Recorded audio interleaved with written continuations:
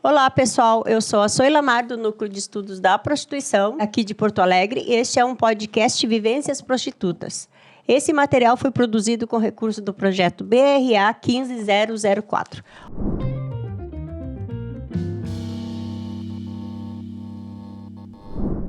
Hoje estamos aqui com as nossas colegas Dete e Laura. Muito bom ter vocês aqui, gurias. Eu gostaria que vocês fizessem uma breve apresentação, por favor. Oi, pessoal. Eu sou a Laura, trabalho na volta do mercado público. Sou prostituta há mais de 10 anos. Vamos botar assim, tem uns 20, né? Então, vamos deixar a moça que é novinha. Eu tenho um filho de 4 anos. E a nossa vivência na rua é muito difícil. Muito difícil, somos discriminadas, às vezes somos, desrespeitadas. Mas procuramos, às vezes, não responder o nível das pessoas que nos tratam. Tentamos ser educados o máximo possível. Agora, tu, Dete, por favor, te apresenta. Meu nome mesmo é Cleudete, mas todo mundo me conhece como Dete. Sou prostituta há mais de 40 anos. Sempre a vivência na rua, sempre trabalhei nas ruas, praças e calçadas, como é o ditado. E hoje em dia mudei um pouquinho o meu ritmo de trabalho. Estou mais nas plataformas, coisas assim, mais assim, reservada, porque a idade ajuda, né? E a gente, na época, a gente viveu muito discriminação, muito preconceito, violência da brigada, da polícia civil, de todos. A gente viveu muito essa violência. Então, hoje, as meninas que estão entrando hoje na prostituição, elas já são bem mais tranquilas, porque não tem a violência que nós tínhamos no passado, de pegarem a gente, levar em cana, prender nos bancos de praça, prender nos banheiros. Tudo isso nós sofremos na época. Hoje não temos mais isso. É bem menos a violência. Odete, tu sempre trabalhou na rua? Sempre trabalhei na rua. Sempre em praça ou tu trabalhou em algum momento da tua vida em locais fechados? Não, eu nunca trabalhei em locais fechados. Sempre nas ruas, na praça e ruas. Hoje em dia que eu estou mais reservada, que eu trabalho mais em local fechado, que eu trabalho por plataformas, então eu pego o cliente e vou para o hotel com o cliente. Mas a tua vivência maior de prostituição sempre foi mais nas ruas, no caso. Mais nas ruas. E essa violência que tu está falando aí da Brigada Civil e da Brigada Militar na época, que hoje em dia parece que está melhor um pouco, tu sofreu também da sociedade que passava e te apontava? Sim, principalmente Conta um pouco sobre isso. Principalmente a sociedade passava, me apontava e chamava a brigada para nós. Então, Por quê? quer dizer, porque nós estávamos fazendo a população passar vergonha, porque era uma coisa desrespeitosa, que a gente desrespeitava a população em geral. E o que acontecia nas datas, no caso de Natal, Ano Novo e Feira do Livro? Eles recolhiam a gente porque ali só vinha a sociedade. Nós era puta, não seria prostituta, como a gente chama, mas era puta, estava ali, como é que a sociedade ia frequentar a Praça da Alfândega, na Feira do Livro, Natal tinha muito roubo, eram as prostitutas dali, as putas dali que iam roubar nos comércios ao redor. E não era nada disso que acontecia, porque nós tínhamos o maior respeito. Às vezes sentava no banco, estava lendo um livro, porque a prostituta não é analfabeta nem nada, a gente estava lendo um livro, mas quando a gente via, estava sendo pega pela brigada e sendo levada para Camburão, para delegacias, e lá nós permanecia até fechar a feira. Uhum. E tu sente que hoje em dia, assim, passado algum tempo, agora, né, a gente tem outras épocas, mas tu sente que isso melhorou, acabou ou só aliviou? Não, eu acho que hoje em dia já acabou essa coisa, porque hoje em dia as feiras do livro, a gente anda em toda a feira, a brigada nem aborda mais a gente, a população em geral, eles olham com outros olhos para nós. E tu acha que a sociedade enxerga as prostitutas ali naquele espaço? Eles até enxergam, mas não dão bola. Para eles é uma pessoa da sociedade como qualquer outra. Uhum. Claro que nós somos da sociedade, nós somos uma pessoa civil. Então, eles olham como qualquer outra pessoa que está ali fazendo lazer. E tu acha que essa sociedade que tu está falando, que te enxerga, tu acha que todas as pessoas enxergam que tem prostituição na Praça da Alfândega e no mercado público? Todos enxergam. Principalmente as mulheres enxergam, porque elas já pensam assim, meu marido está vindo ali. Tu acha isso mesmo? Eu tenho certeza. tu tem outras pessoas, assim, além das tuas colegas, né? Que são profissionais do sexo, ou prostitutas, ou garotas de programas, que cada um bota o nome que quiser, né? Nomenclatura que menos importa, né? Mas tu acha que as tuas outras amigas, deve ter outras amigas que não são profissionais de sexo, tu acha que elas acreditam, elas já viram, elas antes de tu falar, no caso, que existe prostituição no mercado público na alfândega? Olha, até hoje ninguém me falou, mas eu creio que elas devem perceber isso. Então, tu não sabe se elas... Não, eu não sei se elas sabem que tem prostituição nessa redondeza ali. Mas eu creio que elas devem desconfiar. Tu acha isso? Eu acho. Porque tem várias que vão ali no mercado público mesmo. Eu, como estou sempre acho que eu sou uma senhora. Ainda mais com esse cabelinho branco, né? Ela chega, a senhora está vendo para uma sede? Nem, eu estou aqui caçando. Mas caçando o quê? Eu digo, se pintar um programa, eu vou fazer. A senhora é o quê? Eu digo, eu sou prostituta. Mas a senhora faz programa? Eu digo, sim, eu faço programa. Por que não? E esses homens que tu faz programa, é tu que vai buscar eles? Não, eles chegam em mim. Eu não busco nenhum, eles vêm a mim. Então tá. Vamos conversar mais sobre isso, Dete. Dá um tempinho aí. Ô, Laura, me conta uma coisa. Tu tá rindo porque tu tá te identificando com a história, né? Mas é que Mesma coisa, Laura. Isso acontece mesmo. Tu acha que acontece contigo mais ou menos assim com a Dete, ou tu acredita que tem pessoas que não enxergam a prostituição na Praça da Alfândega e no mercado público? Não, porque as pessoas não enxergam, né? Eles não aceitam mesmo. Eles botam uma venda, assim, e acham que não. Aquilo ali, as pessoas estão ali só para tomar uma cerveja, foram só dar uma volta. Tu acredita? Que horas tu chega no mercado público ou tuas colegas? Qual é o horário mais cedo que essas mulheres chegam lá? Olha, eu costumo chegar a partir das 10 da manhã. Mas tem umas que chegam antes? Chegam. Tem colegas que chegam bem antes. Quando eu chego, as colegas já estão lá. Já estão lá rodando. Já. E daí tu chega esse horário mais ou menos? Chega umas 10 da manhã. E? Aí eu fico até umas 3 da tarde, né? Porque eu tenho um amor da minha vida. E aí eu tenho que cumprir minhas responsabilidades de mãe. Sim, me diz uma coisa. E antes do amor da tua vida aparecer, me conta um pouquinho da tua identidade. Como é que foi tua vida antes do Pedrinho chegar assim, e quando tu resolveu ter o Pedrinho? Olha, quando eu resolvi ter o Pedro... Me conta quem é você. Quem é a Laura? A Laura é uma menina que cresceu sem família. Tu é de Porto Alegre, Laura? Não, sou natural de Juiz de Fora. Né? Vim trabalhar em Porto Alegre, em casa de família. Cheguei aqui, a casa de família era um ponto de prostituição. Era um lugar para trabalhar, sim. Tá, conta para nós um pouquinho resumido, mas conta para nós, eu quero saber a história do Pedro. Aí, a Laura, um dia desejou ser mãe. A Laura que não é uma mulher hétero, isso? Não, a Laura é uma mulher lésbica. Ah, é lésbica? A Laura é uma mulher lésbica e sonhou um dia em ser mãe. Né? Um dia, fui ao baile, escolhi aleatoriamente o pai do meu filho. E foi só numa noite, gente. Sim. E nem eu mesma acreditei, né? Porque todo mundo falava que eu estava grávida e dizia, não, uma noite não dava para fazer um filho. Porque eu já tinha tentado outras vezes, nunca deu certo. E hoje eu tenho Pedro. Tá, e daí me conta. Eu adoeci na gravidez do Pedro.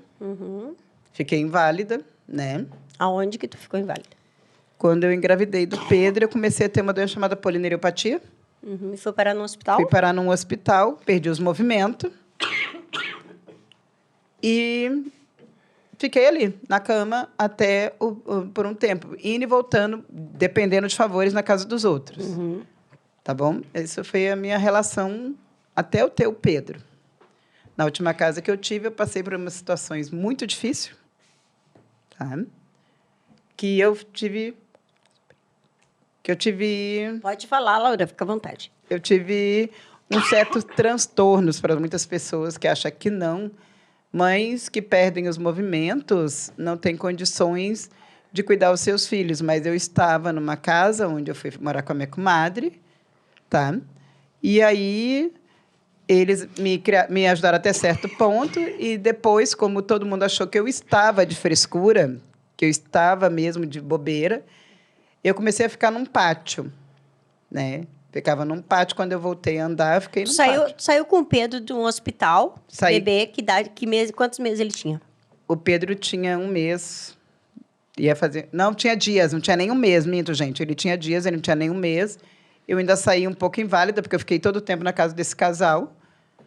E como eu estava com muito transtorno, gente, que isso é uma coisa que não é brincadeira, eu não falava as coisas corretamente, eu estava completamente transtornada, porque eu estava sem medicamentos, eu não tinha condições de pegar o meu filho, porque meu corpo não tinha força, meus braços não E reagiam. quem cuidava da criança? Quem cuidava era a minha comadre.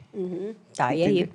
E aí eu comecei, como as pessoas achavam que eu estava de boba ainda, eu me colocavam numa cadeira no pátio para me firmar minhas pernas. Mas não adiantava, porque eu sem medicação, sem atendimento médico, eu fiquei inválida por completo, gente. Eu não tinha firmeza, sem tratamento, não tem quem tenha uma possibilidade de saúde na vida. Entendeu? Sim. Então, chegou um certo ponto que, como o meu filho podia ser tirado de mim, eu entrei em desespero, tá? Porque eu não tinha o que fazer, eu não tinha dinheiro, eu não tinha ninguém para dar suporte. Não tinha contato com ninguém? Não tinha contato com ninguém. A não ser com quem? A não ser com a Luz, o Luciano e o Giovanni. Não precisa dar nomes também, se Tá. tu quiser. Mas tu teve contato com quem para poder tentar, pelo menos, sair dessa situação? Eu tive contato com a enfermeira. Eu tive contato com uma enfermeira que passou na frente da casa. Que começou a passar todos os dias na frente da casa e eu estava naquela cadeira. Então, e aí depois outras... Era, na verdade, uma agente comunitária de saúde. Isso. E o que tu falou para ela? O que tu pediu ajuda para ela? Eu pedi ajuda para ela para poder entrar em contato com o NEP. Que era a tua referência, no caso, na época. E eles não sabiam o que era um NEP. E eu disse para eles que era para procurar, porque existia essa ONG de Porto Alegre, que o NEP saberia lidar comigo. Tu estava em outro município. Eu estava em Canoas. Só o pessoal do NEP saberia se eu estava mentindo ou não. Foi isso que eu falei para a agente de saúde. E? E a agente de saúde pegaram, eles começaram a acompanhar, porque eu não era acompanhada, e aí o pessoal começou a vir mais vezes. Ah, tá. Começou a vir mais vezes na casa do pessoal que eu estava. E nessas vindas e vindas, eles falaram que eu tinha que fazer fisioterapia. Eu cheguei a ir a posto, entendeu? E depois não fui mais para fazer acompanhamento nenhum. O Pedro ficou com nós do mesmo jeito, até o pessoal do NEP chegar até mim. Eu não pegava meu filho porque eu não tinha força, era só eles que andavam com meu filho para cima e para baixo. E daí tu foi resgatada desse lugar? Fui resgatada.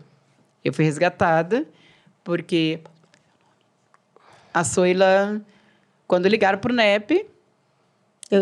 No caso, estava trabalhando num projeto lá que foi uma coincidência da vida, né? Mas, no caso, a Soila... Enfim. Você, Soila...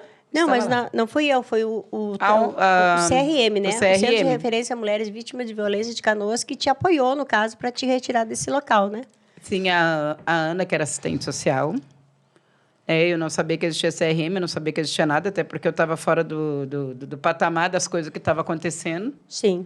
Então, eu não conhecia mais nada. Então, tudo que eu conhecia era o que estava acontecendo ao meu redor. Sim. E tudo que eu fazia era proteger meu filho. Se eu tivesse que passar fome com ele, eu ia passar, porque abrir mão depois dele, eu não ia mais. Então, tu quis realmente ter esse filho, né? Muito. Muito, né? Muito. Sim. Eu já tinha aguentado até ali, eu ia aguentar até onde Deus quisesse. E quando tu foi retirado dessa casa de Canoas, tu foi para onde daí? Primeiro, tu passou por uma delegacia, enfim, Fui, né? eu passei por uma delegacia, depois eu fui por um abrigo de violência doméstica. Tu e teu filho. Exatamente, porque sei que eu não ia com meu filho, porque nos abrigos não aceitava. E eu, como mãe em pânico, eu sou muito sincera, não tenho que fingir nisso, eu achava que eu não ia mesmo ficar com meu filho, e eu falei um dia para eles, então, se eles vão tirar o meu filho e dar meu filho para outra pessoa, não deixem dar meu filho para outra pessoa. Daí, esse setor de Canoas, que é o CRM, lutou por isso, né, Laura? Lutou. Foi isso que eu soube, né? Foi, o pessoal do CRM brigou até o último momento, e o meu filho foi para o abrigo junto comigo. Só um pouquinho. Odete, tu lembra o que foi comentado no NEP, na época do caso Laura, que a gente não encontrava ela, que o pessoal não encontrava? O que tinha acontecido com a Laura? Que tinha sido um casal que tinha ido lá... Não. Corta essa parte também, então, por favor. Não. Lembra que a gente foi procurar ela nos hospitais? Sim, nós fomos procurar nos hospitais. Tá, então vamos começar de novo. Desculpa. Dete, e o que o pessoal dessa ONG de Porto Alegre estava sabendo sobre a Laura, no caso, na época? Que a Laura estava no hospital e não tinha ninguém por ela, e a gente começou a ir procurar nos hospitais, a gente não sabia o nome dela completo. Várias vezes eu fui, a Tina, as outras pessoas foram, a equipe NEP foi nos hospitais para procurar, mas só não tinha o nome completo dela. Aí, um dia, eu fui na Praça da Alfândega, encontrei uma colega nossa que me deu o nome da Laura. Aí, eu fui lá no hospital, disseram que já tinha um casal retirado a Laura de lá, que tinham levado a Laura. Da onde? Para Canoas. Não, ela foi retirada da onde, Dete? Do Hospital Fêmea. E foi levado para Canoas, que um casal levou. Esse foi o que a equipe de Porto Alegre ficou sabendo. A equipe de Porto Alegre ficou sabendo. Tá bom. E daí, Laura, então, depois daí tu foi resgatada, foi para Casa Abrigo, e lá tu ficou quanto tempo na Casa Abrigo? Eu fiquei até o Pedro fazer... ia fazer 2 anos. Quase 2 anos o Pedro. Ficou na Casa Abrigo. E lá tu recebeu o tratamento? Conta um pouquinho desse tratamento que tu recebeu lá, como é que tu foi acolhida? No começo, o acolhimento, né, como a gente está fragilizado nas primeiras semanas, foi um atendimento, os primeiros meses, assim, foi maravilhoso, tá? Porque o Pedro, assim, foi muito bem tratado, foi para o hospital, eu fui para fisioterapia com o tempo, né? Eles foram estabilizando a gente, até eu voltar a andar, porque eu não estava andando, então eles foram estabilizando. Meu filho entrou e saiu do hospital várias vezes. Eles tiveram atendimento da Risco Zero lá várias vezes, por causa que a nossa saúde estava bem instável. Entendeu? Então, por um lado, foi muito bom porque a gente cresceu, sabe? A gente foi se curando. Porque se não tivesse acontecido isso, a gente estaria mortos, nós dois. E nesse meio tempo aconteceu a pandemia, né, Laura? Uhum. Como é que tu ficou sabendo da pandemia? Pela TV? Talvez? Ou alguém falou alguma coisa? Não, me conta como é que tu viu essa história da pandemia chegar no teu ouvido, tu isolada dentro de uma casa-abrigo. Isso é uma curiosidade, né? É quando contaram para nós do Covid, dessas coisas que estava essa doença contagiosa, de várias doenças, que a gente não poderia sair, né? Que eu estava feliz, que eu estava quase saindo do abrigo, Sim. que era tudo que eu queria na minha vida. Gente, abrigo é muito bom até certo ponto, tá? E meu mundo desabou. Porque até ali a gente tinha suporte, e se saísse naquele meio tempo, a gente não tinha suporte nenhum mais. Eu, como mãe, tive que retroceder e passar por alguns momentos difíceis de novo no abrigo. Mas foi bom aprendizado. Foi bom aprendizado. E depois, de novo, né, como eu sou um anjo, para não dizer o contrário, eu sou um anjo, infernizei outra vez, o pessoal querendo sair do abrigo. Você acredita, Laura, que as organizações de prostitutas tenham te fortalecido mais, tu, nesse caso? Estou falando diretamente de uma ONG, né, que tu faz parte. Tu acha que esse conhecimento todo que tu adquiriu durante o tempo que tu fez parte dessa ONG, enquanto não tinha acontecido o caso Pedro, tu acha que isso te abriu a cabeça ou tu acha que tu conseguiria pensar em tudo isso assim se tu não tivesse conhecido o movimento social? Não, acho que o NEP abriu bastante a minha cabeça, porque eu tinha um temperamento muito difícil, eu não aceitava ajuda. Né? Na minha opinião, era assim, elas nem sabem o que a gente está passando. Quem elas acham que são? Era assim que eu pensava. Elas não sabem como é difícil ganhar um prato de comida, não sabem como é difícil alguém ficar te humilhando. Mas aí eu fui ver o que era o NEP, porque eu falava, mas eu não sabia exatamente o que era, eu só sabia que era um nome. Tu não sabia que eram prostitutas dentro do NEP? Aí, um dia, comecei a frequentar as reuniões e comecei a ir de canto, para poder aprender o que era. Mas já ia naqueles, né? Mas fui indo, aos pouquinhos. E fui indo, e fui aprendendo. E fui vendo que toda prostituta tem direito. Porque no começo, e até agora eu falo isso de fonte segura, nenhuma prostituta acha que tem direitos. Ela tem o direito de ser respeitada, ela tem o direito de ser mãe, ela tem o direito de ser o que ela quiser. E tu, Odete, o que tu me conta desse aprendizado com o movimento? Quanto tempo tu faz parte desse movimento? Eu faço desde a década de 80, desde que o movimento, desde que o NEP surgiu, Eu faço parte, porque eu sou uma sócia fundadora do NEP. E tu acha que essa convivência com esse o movimento te ajudou a combater a violência, tanto moral, como das pessoas, como da instituição Brigada Militar Civil? Tu acha que isso te ajudou depois? Assim, tu acha que tu aprendeu alguma coisa? Assim? Muito. Aprendi muito. Porque eles davam uma palavra, eu dava 10. Sempre eu ofendia eles. Assim como eles vinham achar que nós era vadia, que nós não devia estar ali, eu respondia. Aí depois eu percebi que eu não precisava responder, que calado vencia. Quem calado ficava, respondia. Uhum. E tu acha, assim, que tu sempre foi uma mulher que sofreu violência dos clientes, ou tu acha que isso aconteceu? Não fui eu que sofri. Foram eles que sofreram mais do que eu. É mesmo, né? Sim, porque uma vez o cliente não quis pagar antecipado o programa, disse que pagava depois. Tá, fui, fiz o programa, quando terminou tudo, me vesti. Eles que não pagavam puta. Só que eu era uma puta especial, eu falei para ele. E ele, sim, que ele não ia me pagar. Aí eu peguei ele, tá dando pau nele, dentro do quarto do motel. Aí o porteiro veio e botou a porta para dentro, para ver o que estava acontecendo. Ele achou que era eu que estava apanhando, só que era o contrário. Sim. Aí eu já tinha rasgado toda a camisa do cliente. Quando saímos, daí ele veio, passei na portaria, eu peguei ele de volta. E o pode ficar aqui, ele não pagou o programa. Aí segurei ele, rasguei mais ainda a camisa, daí ele pegou e pagou 3 vezes mais o valor, porque foi burro, né? Porque se era 10, ele pagou 30. E a camisa rasgada. Ele perguntou para mim como é que ele ia fazer com a camisa. Para aí. Pagou? Agora eu vou fazer um jeito com a camisa. Peguei e rasguei mais. Rasguei mais ainda. Aí não deu, nem a gola ficou inteira. Entendi. Então, essa parte, tu sempre se considerou uma mulher justa. Justa. Sim, certo. porque eu não ia apanhar na cara sem bater. Claro, não. Concordo contigo mesmo, porque não pagou. Se ele tivesse pagado de boa, não tinha perdido a camisa. Não tinha perdido a camisa, não tinha levado uns tapas. E tu, Laura, me conta alguma coisa, se teve alguma situação com algum cliente? Porque tem uma coisa que eu quero te perguntar também, Laura. Tu, como acabou de falar que é uma mulher lésbica, né? Tu tem muito sofrimento quando tu faz o programa com o cliente, ou pra ti tu tira de boa hoje em dia porque tu tá mais profissional, ou tu acha que tu tem que melhorar muito ainda? No começo, era uma coisa que eu não sabia separar, né? Aham. Aquilo acabava, né? Eu entrava no banheiro e dizia, ai, Jesus, como é que eu vou fazer? Né? Aí, eu comecei a fazer uma coisa que eu falei, vou perder o cliente. Eu olhei para a cara do cliente, escuta aqui. Eu sou lésbica, tá? Não gosto, né? Isso é meu trabalho, não confunda meu trabalho com a minha profissão. Uhum. Isso aqui é só o meu trabalho. Fora daqui, eu sou uma mulher que gosta de menina. Então, aqui é só o meu trabalho. E aí, com o tempo, eu fui aprendendo a lidar com isso. Porque todo mundo fala, lésbica não sabe lidar com homem. Claro que a gente sabe. A gente sabe, a gente aprende.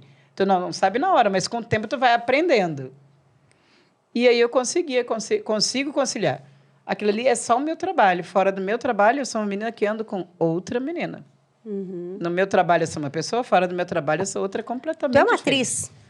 Aprendi com algumas que deram aula. Uhum. Que às vezes a gente fazia programar 2 e também vi outras profissionais que nem eu, né, outras prostitutas fazendo a mesma coisa. Mas tu sente isso que eu entendo que exista, né? Que os homens se sentem até um pouco mais atraídos quando a mulher se diz lésbica, né? Porque eles querem tirar esse lesbianismo, né? Sim, Ele tem alguns que pensam assim, não, eu vou... É que essa mulher não foi bem comida, vamos dizer assim, né? Eu ouço essas frases. Não, mas é verdade isso aí. Eu não sou lésbica, mas eu escuto isso porque eles têm prazer, né? Eles querem botar esse machismo em atuação, assim, sabe? Querem te transformar. E então é isso, né? Tu tem que ser uma atriz para poder tirar isso de boa. Sim, né? eu ouço essas frases bastantes vezes. Né? É porque é essa mesma frase que diz que ninguém te comeu bem comido. Uhum. Aí a gente analisa, o que é comer bem comido? Sim. Eu digo, tá, gente, para poder não, né, dar uma DR, a gente relaxa e vamos trabalhar. Uhum. E tu nunca pensou numa outra forma de arrumar dinheiro trabalhando sem ser fazendo programa? Já. E eu tô atrás de serviço. Sim, mas eu digo assim, um trabalho assim, tipo fazer um stripper, alguma coisa que tu não tenha que fazer transa direto, assim, tu nunca pensou numa outra forma? Para falar a verdade, né, eu olho assim, eu digo, acho que eu não sei fazer um strip, eu acho que eu não sei fazer uma dança assim que possa, né, chamar a atenção exatamente como essa que é o trabalho, né? Que eu vou lá, faço meu trabalho e vou embora. Sim. Aí no strip eu acho que já é mais complicado, porque eu acho que eu não tenho desenvoltura para isso. Eu acho que é só uma questão de aprendizado também, né, Laura? Que tu não pensou nisso de repente, né? É nada que a gente não aprenda, né? Porque se tem uma pessoa que aprende tudo que ensina, sou eu, minha filha. Aham. Eu aprendo tudo que é pro bem, eu costumo aprender. Porque as coisas difíceis da vida a gente deixa para lá. O resto a gente vai levando. E tu te sente bem no que tu faz? Por enquanto tá de boa, tá tudo bem? Tu acha que tu pode ser isso e continuar feliz, assim, tipo, levando a tua vida? Porque agora tu é mãe, né? Tem outras responsabilidades. Enquanto né? eu tenho um filho para sustentar, meu filho, enquanto eu puder botar comida na mesa para ele, isso para mim continua sendo o meu ganha-pão. Porque sou uma pessoa que estou todos os dias também agora, de uns tempos para cá, estou indo atrás de trabalho. Entendeu? Então estou tentando de todas as formas. Tá certo. E tu, Dete, tem filhos? Eu tenho uma filha adotiva, não tive filho meu mesmo por opção própria. Mas eu tenho uma filha adotiva, ela me deu 4 netos. Porque eu acho que não é ser mãe, não é parir. Ser mãe é amar. Sim. Porque foi uma opção minha não parir, mas sim ser mãe. Então, eu tenho ela. Hoje é uma mulher feita, com 4 filhos. Me sinto feliz assim. E tu conheceu essa menina quando tu adotou, com que idade? Quando eu adotei, ela tinha 1 ano e 9 meses. Quando eu peguei, bem dizer, na casa dos avós dela, porque não tinha ninguém que ajudasse a cuidar. A avó e vô doente, com 7, 8 netos lá, e eu escolhi ela. Peguei. E aí, depois, a adoção mesmo dela, eu peguei, ela tinha 11 anos. Fez E toda ela- a papelada, no Fiz caso. toda a papelada, ela tinha 11 anos. E eu, até hoje, ela sempre disse que a mãe dela sou eu. Às vezes eu brinco com ela que os filhos dela têm 3 avós. Ela diz que os filhos dela não têm 3 avós. Os filhos dela têm 2 avós, que são a avó materna e a paterna. Que a avó materna, no caso, sou eu. Paterna são os pais. Alguma coisa mais a acrescentar, Laura, que eu gostaria de falar, deixar, no caso, registrado? Eu acho que todas nós trabalhamos nessa vida, independente de qualquer coisa, a gente merece sempre a chance da sociedade, né? Porque eu gosto de ver quando tu diz a sociedade dá oportunidades. Não, a sociedade muitas vezes não dá oportunidade, não. Às vezes a sociedade fecha a porta se você não tem um estudo direito, se você não é formado. Mas a pessoa está na luta para a pessoa se formar ou estudar. Às vezes a pessoa não tem condições porque tem um filho para cuidar. E não tem pai pelas costas, não tem mãe, não tem avó. É mãe solo. E mãe solo batalha sozinha. Tá? E quando a gente depende de algum favor, muitas vezes a gente depende mais de onde menos espera. Um vizinho, um conhecido. E mães solos, às vezes, batalha muito. E o apoio da tua família tu não tem? Nunca tive. Eu sou mãe solo. E aqui, como eu digo, né, eu tenho família, mas ela é de coração. E eu amo assim, cada pessoa que ama o meu filho, porque ele é a luz da minha vida e a luz da vida, principalmente da agenda dele. Quando ele quer falar, quando eu estou de celular, que ele quer falar com todo mundo que ele acha que é o dono. Sim. Tu Deste, tem alguma coisa a mais para deixar registrado? Olha, eu acho que nós, mulheres, principalmente nós somos mais velhas na profissão, Acho que Quanto nós- tempo tu tem o total de profissão, Dete? 42 anos de profissão. Tá. Eu acho que a gente tem muito o que ensinar e aprender ainda. Porque tem muitos, como é que tu consegue fazer? Minha filha, assim como tu consegue transar com o namoradinho. É a mesma coisa. Que nem, às vezes, tem aquele cliente, diz, mas tu é tão velha, pode fazer de graça. Não. Por eu ser velha é que eu tenho experiência. Aí que eu não posso fazer de graça. Porque eu tenho a experiência de transar. A experiência de satisfazer o homem. Eu não vou fazer de graça porque eu sou uma velha. Eu sou uma velha, mas sou uma velha gostosa ainda. Tu chegou a escutar isso mesmo, Dete? Escutei. E uma vem parecendo um kid bengala. Como é que é isso? Me explica. Ai, esse negócio... Desculpa esse negócio de Kid Bengala, hein, Dete? Como é que é o Kid Bengala, Dete? Me explica. Kit Bengala? Kid bengala, é. Ah, Que disse sim que ele ia me satisfazer muito bem porque era grande. tá. E eu sempre respondi para ele assim... que o tamanho não importa. O que importa é o bolso dele. Uhum. Que o que adianta o tamanho se não souber brincar? Sim. Vale mais um pequeno brincalhão do que um grande bobalhão. É porque, verdade. para mim, ele era o bolso, não era o tamanho do bicho. Entendi.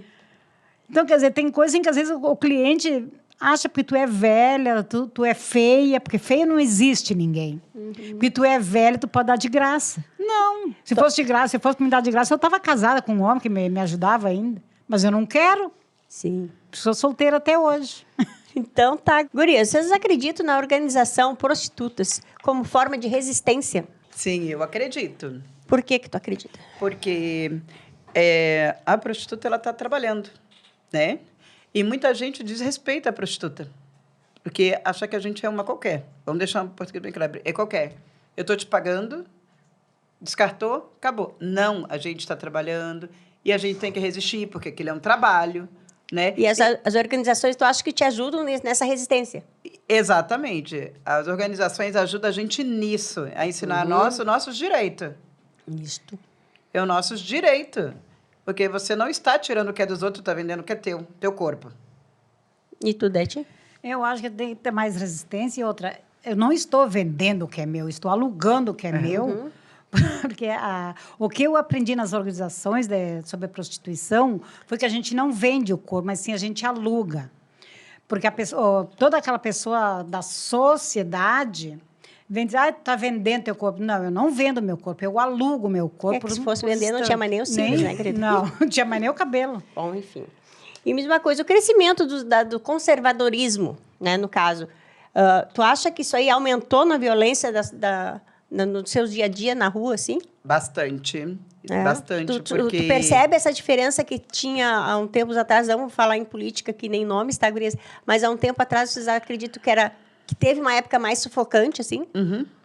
Então, Tinha antes, aí aliviou e agora está voltando novamente. Porque até para a gente sentar, a gente está perdendo nossa liberdade de sentar. Eu recém sentei numa mesa e eu sou tirada, porque eu não comprei um copo d'água, eu não comprei uma água no bar ainda. E tu acredita que é por ser prostituta? Exatamente.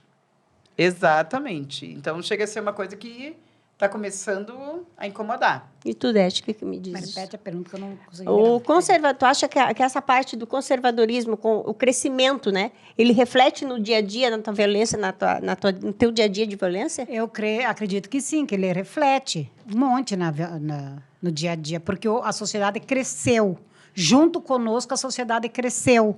Eles aprenderam que ser uma prostituta não é ser um bicho de outro mundo. Tá, mas tu acha que essa parte do pessoal conservador, ele tá mais violento? Não. Hoje em dia não está mais violento. Hoje em dia estão bem tranquilos, porque não tem mais aquela coisa de passar aquelas... da igreja, entregando um santinho, nem nada, que nem antigamente tinha, que elas passavam e davam um santinho para ir na igreja, para que elas iam tirar nós dessa vida. Só que dessa vida só saio quando eu morrer. Porque ninguém tira ninguém. Tu acha que eles queriam salvar mais a gente do que Queriam antes? salvar mais a prostituta do que... Mas salvar do que será? Para não ser... Não sei. Aí é que eu quero saber. Até hoje eu não consegui descobrir ainda. Vou ter que ver. Eu queria ver do que eles queriam me salvar antigamente, que vinha aquele santinho. Vai na igreja, minha filha, que eu vou te salvar. Mas salvar do quê? Boa pergunta é essa. Vai ficar no ar essa pergunta. Quem souber, me avisa, que eu dou a resposta. Mas salvar do quê que eles queriam? Uhum. Tu concorda com isso, Laura? Fica essa pergunta eles no ficam ar. tentando salvar mesmo, né? Que a gente tem que... Né? Que a gente tem que sair desse mundo, que esse mundo não é para nós. Então, se esse mundo não é para nós, também queria descobrir qual é o mundo que é o nosso. Porque ainda não descobri, não. Tá bom. Estou procurando. Tá, ok. Estou procurando. Então, tá, gurias. Muito obrigado, né? Vocês se despeçam, por favor. Tchau, gente. Obrigada. Olha, pela verdade, é muito bom a gente botar um pouco para fora o que a gente vive no dia a dia. São experiências mesmo, viu? Não é história, não. São a gente vivências prostitutas, né? A gente vive cada coisa, mas somos mulheres felizes porque a gente se aceita do jeito que é. Muito obrigada mesmo. Obrigada, pessoal. Eu tenho uma boa vivência no Prostitutas. Aproveite assistindo esses podcasts. porque vocês vão adorar e vão rir ainda. E tu vai voltar conosco, né, Dete? E volto em uma outra oportunidade. Então Tchau tá, pra obrigada vocês. a todas e todos pela audiência. Esse foi mais um episódio Podcast Vivências Prostitutas. Esse material foi produzido com recursos do projeto BRA 15004.